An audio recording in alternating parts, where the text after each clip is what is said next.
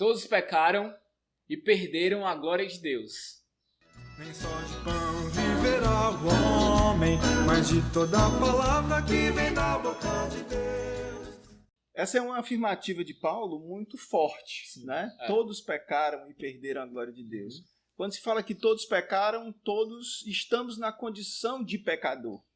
E talvez você esteja me ouvindo e esse seja um grande questionamento das pessoas hoje. Por que nós somos pecadores? Né?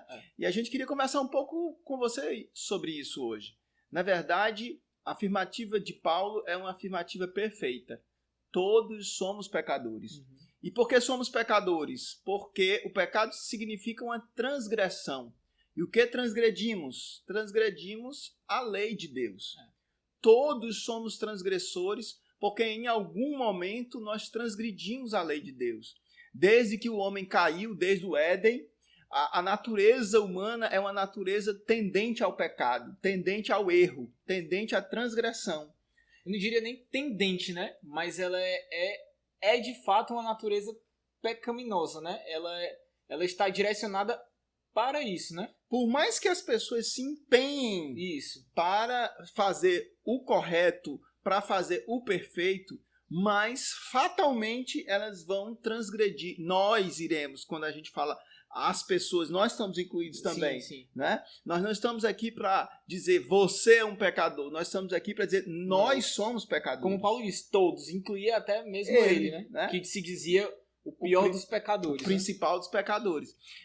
Nós estamos tendo a oportunidade na nossa igreja de expormos a epístola de Paulo aos Romanos. E o primeiro, o segundo e parte do terceiro capítulo é totalmente voltado para uma exposição demonstrando que todos são pecadores. Desde as pessoas que cometem os pecados que são até reprovados pela sociedade, as pessoas que se acham moralmente justas, mas que, quando Paulo faz essa exposição, ele demonstra muito claramente que nós temos intenções pecaminosas, nós temos que, às vezes, não fazemos determinada coisa que a sociedade critica, ou que a sociedade recrimina, mas também fazemos outras coisas, tanto práticas, como também intenções do nosso coração. Então, as motivações, elas estão intrinsecamente ligadas às nossas ações, né? Então, elas são relevantes, elas são levadas em consideração para aquilo que fazemos, né? Podemos até fazer uma coisa que aos olhos de todos são coisas boas, mas o interior, o nosso coração, o centro do homem, talvez ele esteja apontando para outra direção, né? Esteja fazendo aquilo com uma motivação errada. Verdade. E isso nós vamos encontrar as escrituras demonstrando situações em que as pessoas pareciam fazer uma coisa boa, como é o caso de Ananias e Safira, no livro de Atos, e eles parecem estar fazendo uma coisa boa, mas na verdade o que eles estavam fazendo tinha uma motivação errada, tinha uma motivação pecaminosa. Então fica muito claro que todos pecamos. E João, quando escreve uma de suas epístolas, ele diz que se dizemos que não temos pecado, nós mentimos, nós estamos pecando, né? Então, quer você queira, quer não, somos todos pecadores. E isso traz algumas consequências muito sérias que a gente precisa pensar um pouco.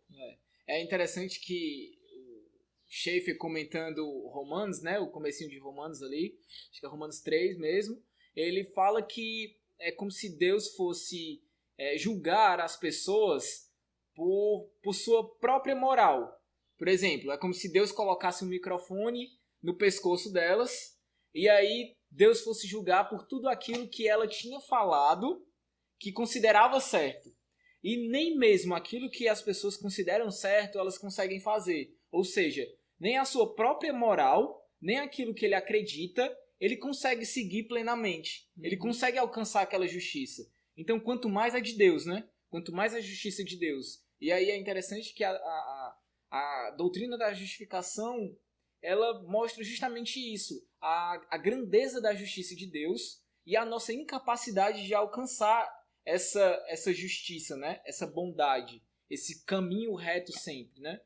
E tu ia falar das consequências, das consequências do pecado, né? Que não são somente coisinhas pequenas, mas essas consequências são catastróficas para a humanidade, né? São amplas e eu entendo que nós precisamos pensar um pouco sobre elas, né? Eu acho que às vezes as pessoas dizem... Às vezes as pessoas têm essa própria noção mesmo. Não, somos pessoas erradas, somos pecadores, mas são pecados... Alguns têm uns pecadinhos ali que são assim irrelevantes. Mesmo, faz assim parte, mesmo, faz tá. parte. O homem erra, todo mundo erra. Então, nós temos que conviver com isso e não traz tantas consequências. Temos que nos tolerar e assim vai estar tudo bem. Vai ficar tudo bem, né? Mas não é bem assim, né? A gente precisamos entender que Deus, ele é santo, né? E ele é santo, santo, santo. Então, cada pecado contra Deus, por mínimo que nos pareça, ele é uma ofensa infinita, porque a santidade de Deus ela é infinita. E isso traz consequências, né? Senão, Deus não seria justo. Se ela não trouxesse consequências para o homem, Deus não seria justo.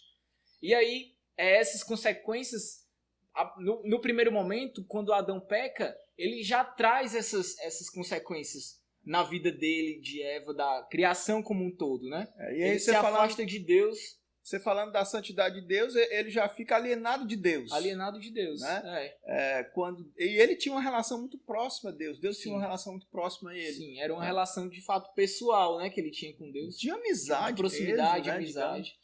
E aí quando ele peca, tem essa separação, essa alienação de Deus. É por isso que Deus, quando ordena a ele que ele não coma daquela árvore, não era que Deus estava privando ele. Na verdade, ele tinha tudo ao redor dele, né?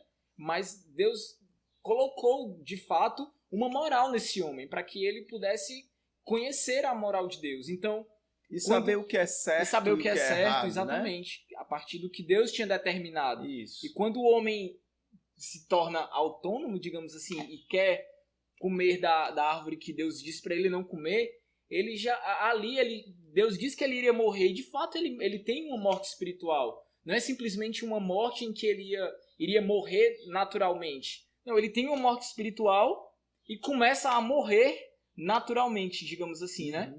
E essa morte espiritual, ela é de uma profundidade imensa, né? Ela traz catástrofes imensas, ela traz o afastamento de Deus, consequentemente a morte do homem, o afastamento do homem com Deus, o afastamento do homem com o outro, né? Com Eva, ele também, nós vamos ver ali em Gênesis 3, o afastamento de Adão e Eva. Nós vamos ver o afastamento do homem com a própria natureza. A natureza vai ser amaldiçoada por causa do pecado do homem. A natureza não tendo um ego central, digamos assim, ela é ligada ao homem. E sendo ligada ao homem, ela sofre também essas consequências, né? Ela sofre a consequência do pecado. A criação sofre a consequência do pecado. O homem com ele mesmo tem problemas, né? Sim. Ele se afasta dele mesmo, ele tem problemas psicológicos, ele tem doença. Ele se fragmenta, ele né? se fragmenta, ele não fica geral, mais pleno, completo, né? pleno. Exatamente. E eu acho que essas são questões que nós, com isso, nos explica claramente o que está acontecendo com as pessoas hoje. Sim. As pessoas hoje elas se veem fragmentadas, elas se veem como se fosse um pedaço aqui, um pedaço ali. Não há uma plenitude nas pessoas e se sai em busca, muitas vezes, de como que você se completa. Né? E, na verdade, aquela expressão que as pessoas dizem assim, eu tenho que me encontrar, né? Eu estou tentando me encontrar, né? Isso. Mas elas nunca vão conseguir se encontrar. Sem Deus. Sem Deus. Porque o que acontece? Você não consegue se encontrar porque isso é consequência do pecado na sua vida. Né? Isso. Então, essas consequências todas, elas poderão ter, com certeza, uma mudança se houver uma restauração de Deus na sua vida. Né? E essa restauração acontece em Cristo, né? E aí Cristo é o Redentor, ele é o reconciliador de Deus com os homens. Ele reconcilia e restaura todas as coisas. Porque Cristo ele veio para cumprir a lei que o homem não tinha, que não cumpriu, né? Então, desse modo, Paulo chama Jesus de o segundo Adão, né? Se pelo primeiro Adão todos morreram, todos pecaram, pelo segundo Adão serão restaurados, né? Serão reconciliados com Deus. Então o pecado ele não é só um afastamento moral que o homem tem da lei de Deus, mas ele é um afastamento do homem com Deus. E essa restauração não é só, por consequência, não é só uma volta do homem a uma moral. Porque às vezes as pessoas pensam assim, não, eu vou entrar na igreja que é para ser moralmente correto. Pessoa boa. Né? Uma pessoa boa, uma pessoa íntegra, né? Para andar de um modo excelente e tal. Isso é verdade, também né? Também é verdade. Você também vai ter, mas isso é uma consequência, né? Não é o ponto central. O ponto central é que Cristo ele veio restaurar os homens com Deus. Então, não é simplesmente uma volta de uma moral, mas sim uma reconciliação de Deus com os homens. É uma volta, o homem volta a sentar à mesa com Deus, a partilhar de sua vida com Deus, né? A ter uma conversa novamente pessoal, né? Ele é adotado, agora ele é como um filho para Deus novamente. Então é em Cristo que acontece essa redenção. Cristo vem restaurar, e aí, como a gente falou da questão da fragmentação, né? A fragmentação do homem com outros homens, do homem com a natureza, Cristo restaura todas as coisas. Paulo fala isso em Colossenses, né? Todas as coisas são reconciliadas nele. Até mesmo a criação, ela é reconciliada na redenção de Cristo. Então, através da fé, o homem recebe a justiça que Cristo cumpriu, que o homem era incapaz de cumprir. E aí, através dessa justiça de Cristo, Deus nos vê novamente como seres santos. E aí nós podemos ter uma relação com Deus, né? Isso por quê? Porque o nosso pecado é tirado. Isso. Nosso pecado é tirado porque verdadeiramente, diz Isaías, ele levou sobre si as nossas iniquidades, as nossas culpas. Isso. Então, quando o nosso pecado é tirado, as consequências desses pecados também são tiradas. E nós vamos estar novamente plenos em Deus. E nós vamos estar novamente em relação com Deus, com o outro e conosco mesmo. Então, que seja isso uma realidade na nossa vida. O fato de que todos pecaram e perderam a glória de Deus não é motivo para desespero. É motivo para nos voltarmos a Cristo e enxergarmos nele o nosso Redentor, o nosso Salvador e aquele que restaura em si todas as coisas. Deus abençoe. Nem só de pão viverá o homem, mas de toda palavra que vem da boca de Deus.